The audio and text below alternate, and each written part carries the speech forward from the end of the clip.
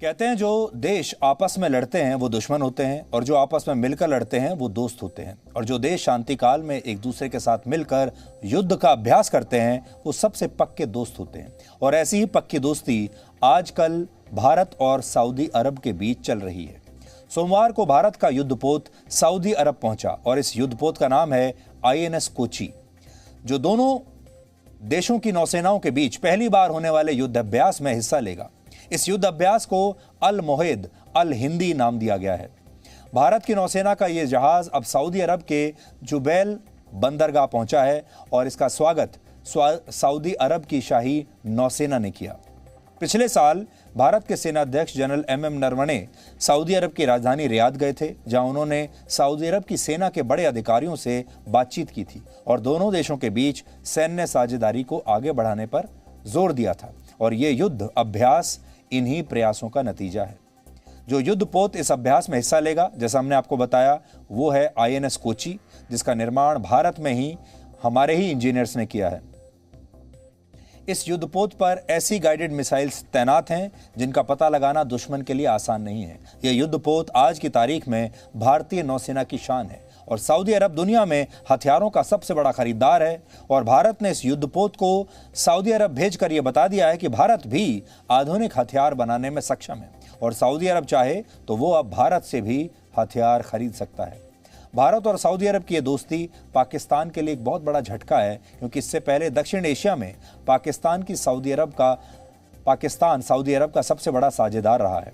Saudi अरब इस्लाम का सबसे बड़ा केंद्र है पूरी दुनिया में और सबसे शक्तिशाली इस्लामिक देशों में से एक है और वो खुद को पूरी दुनिया में इस्लाम का सबसे बड़ा ठेकेदार भी मानता है। और सऊदी अरब के दम पर ही पाकिस्तान ने इस्लामिक कट्टरपंथ के नाम पर चलने वाली दुकानें खोल रखी थी। लेकिन अब सऊदी अरब बदल रहा है और पाकिस्तान की इन दुकानों में बिकने वाली कट्टरपंथी विचारधारा के बहुत ही कम खरीदार दुनिया में बचे हैं। भारत और सऊदी अरब की जो जोड़ी है वो नेचुरल एलाइज नहीं लगते। ये जो साझेदारी हुई है ये हमारी डिप्लोमेसी की बहुत बड़ी जीत है। सऊदी अरब के साथ पाकिस्तान के रिश्ते वर्ष 2017 तक तो बहुत ही अच्छे हुआ करते थे। तब पाकिस्तान के रिटायर्ड सेना अध्यक्ष जनरल राहिल शरीफ को सऊदी अरब की आतंकवाद विरोधी सेना का प्रमुख बना दिया गया था, जिसमें 39 देश शामिल थे।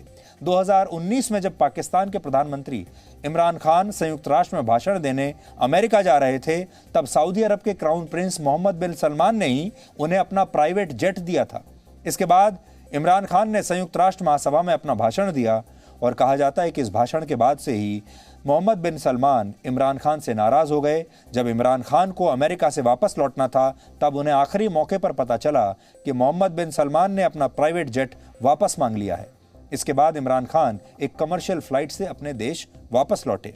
इसके फौरन बाद सऊदी अरब ने पाकिस्तान से वो 7,500 करोड़ रुपए भी वापस मांग लिए जो उसने लोन के तौर पर पाकिस्तान को दिए थे। फिर सऊदी अरब ने यहां तक कह दिया कि भारत को कश्मीर समेत अपने आंतरिक मामलों में खुद फैसला लेने का पूरा अधिकार है और यह पाकिस्तान के लिए एक और झटका था। कुल मिलाकर पाकिस्तान के प्रधानमंत्री इमरान खान दोस्त कमाना नहीं, सिर्फ दोस्त गंवाना जानते हैं। तभी तो एक तरफ अमेरिका के राष्ट्रपति उन्हें फोन नहीं कर रहे और दूसरी तरफ सऊदी अरब अब उनकी कोई मदद नहीं करना चाहता। लेकिन अगर हम पाकिस्तान के बारे में बात करना छोड़ भी दें, हमें पाकिस्तान से क्या लेना देना, थोड़ी देर के लिए ये भी सोचें, तो भी सऊदी अरब अगर हमारा सहयोगी बनता है, हमारा एलाई बनता है और अगर हमारे साथ युद्ध अभ्यास करता है तो ये पूरी दुनिया को बहुत बड़ा संदेश है। खास तौर पर जो इस्लामिक दुनिया है, जो इस्लामिक देश हैं, उनके लिए ये एक बहुत ही बड़ा संदेश है कि कैसे भारत और सऊदी अरब अब एक दूसरे के निकट आ रहे हैं, एक दूसरे के साथ आ रहे हैं और उनके बीच जो सहयोग है वो अब रक्षा के मामलों तक पहुंच गया है। किसी भी दो देशों के बीच में जो सबसे गहरी दोस्ती होती है वो तब होती है जब दोनों देश आपस में डिफेंस के मामले में भी एक दूसरे को मदद करने लगें, रक्षा के मामले में भी हाथ मिला लें। और अब सऊदी अरब और भारत के बीच वही हो रहा है। Presenting B News app available on Google Play and App Store. Download it now.